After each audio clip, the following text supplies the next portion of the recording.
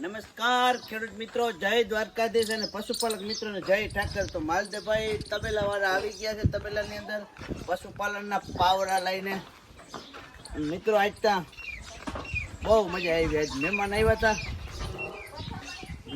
હતા એનો છે ને વિડીયો મેં નથી બનાવ્યો. એનો વિડીયો જોવો હોય તમારે ધવલો ધ કોમેડી મેન ચેનલમાં જવું જોઈએ.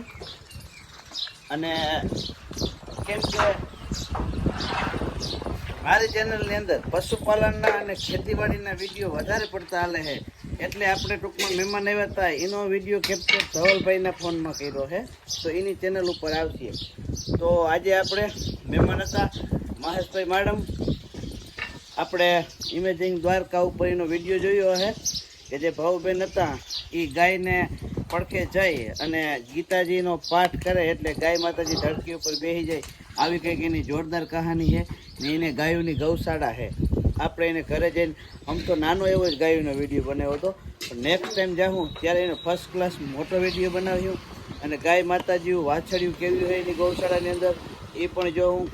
અને મિત્રો એ ખાસ તમને વાત કહેવાની છે કે તમે જામખંભાળિયા, ભાણવડ, કલ્યાણપુર કે દ્વારકા અથવા તો જામનગરથી દ્વારકા સાઈડ આટલા એરિયાની અંદર ક્યાંય તમે રહેતા હો ને તમારે ગાયોની ગૌશાળા જોરદાર હોય કે ભેહુંનો તબેલો હોય અને તમારે વિડીયો બનાવવો હોય તો કહેજો. માલદેવભાઈ આવી અને બનાવી જાય શોખને ખાતર. આમાં કોઈ લેવા દેવાની વાત નથી આવતી. આપણે એક ચેનલની માથે પશુપાલન અને ખેતીવાડી વિશેના જ કાયમી વિડીયો મૂકવા એટલા માટે આપણે આ ચેનલ બનાવી છે.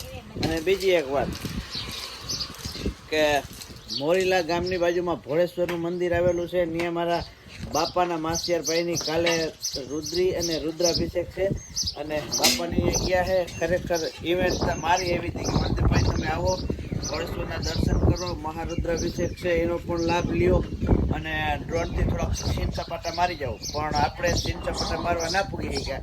આપણે જો અહીંયા સીન સપાટા મારવા આવી ગયા, તમારે જોવું હોય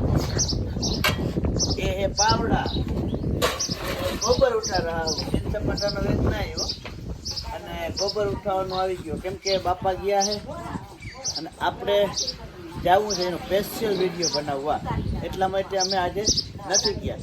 તો આગળ તમે વિડીયોમાં બન્યા રહેજો. આજે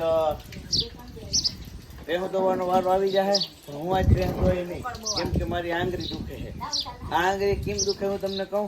આમાં ટીલકું ના કરાવવા દેવા હાટું થઈ અને ભાઈને જળફળાટી બોલાવી એવો હતો. કાંઈ મતદાન કરવા ગયો ને તો ટીલી નથી થવા દીધી. ટીલી થવા દેવી એવો હાટું ટીલી નથી થવા દીધી. મતદાન કરીએ એમાં થઈ. કાયલી બેગ ચડાવી પૂછ્યું તું કીમાં કર્યો. આપણે જે જીતીએ ને એમાં જોઈ કોઈ દી તમારો ભાઈ પાછો પડે જ નહીં. હાલો ભેહું દોવા મંડી નકર આજે હવે ભીડ પડતું થઈ જાય છે તો મળી થોડીક વાર પછી ભેહું દોઈ દઈએ. મિત્રો આપણે કહેતા હતા કે ભેહું દોઈ અને પછી બ્લોગમાં આવ્યો. પણ તમને ખબર છે કે આજ લાઈવ મિલ્કિંગ બતાવવાનું છે. આ મગજભાઈનો તો અમારે વિડીયોની અંદર ટોપિક એવું છે કે ઘણા મિત્રોની કોમેન્ટ હતી કે તમે મને ભાઈ લાઈવ મિલ્કિંગ બતાવો. લાઈવ મિલ્કિંગ બતાવવું છે અને મારે આડું જવું પડશે. તો હાલો આપણે જોઈ. જય શ્રી કૃષ્ણ. તો જો ભેહું દોવાનો ટાઈમ થઈ ગયો, આપણે લાઈવ મિલ્કિંગ બધાને બતાવી દઈએ. ધવલના પપ્પા થોડુંક આડું રહેવું જોઈએ. મારે એટલી જ બધી ભેહું દોવાની છે.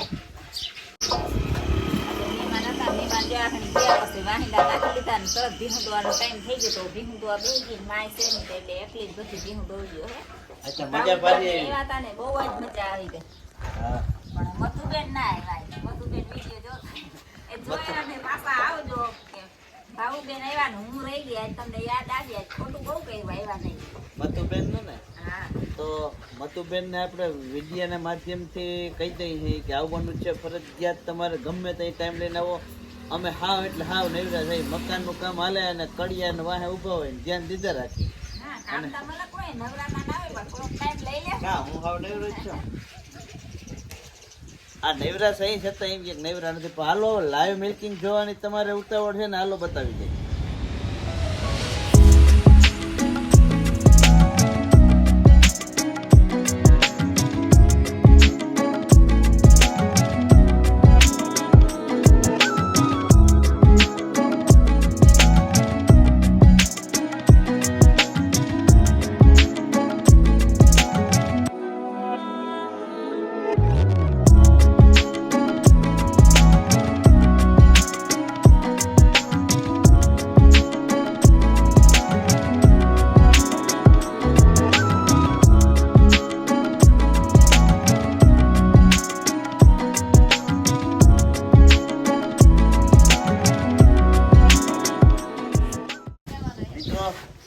ચોથા નંબરની પશુનું દોહન ચાલુ છે અને અટાણાના સમય પ્રમાણે હાલની તકમાં આખા તબેલાની અંદર આ ભેંસની અંદર દૂધ વધારે છે.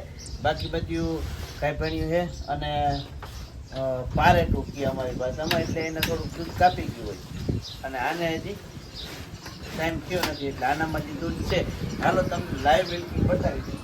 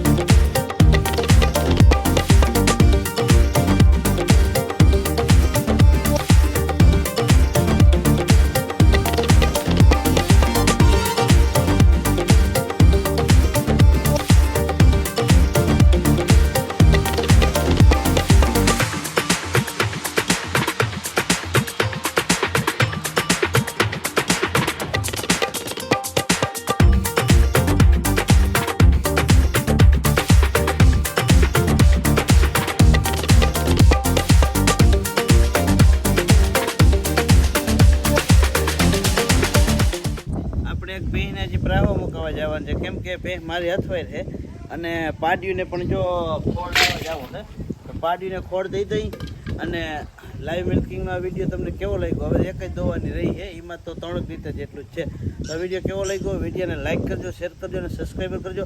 અને આવા ને આવા અવનવા વિડીયો પશુ વિશેની માહિતી જાણવા માટે અમારી ચેનલને સબસ્ક્રાઈબર કરો અને બને એટલું મતદાન કરો.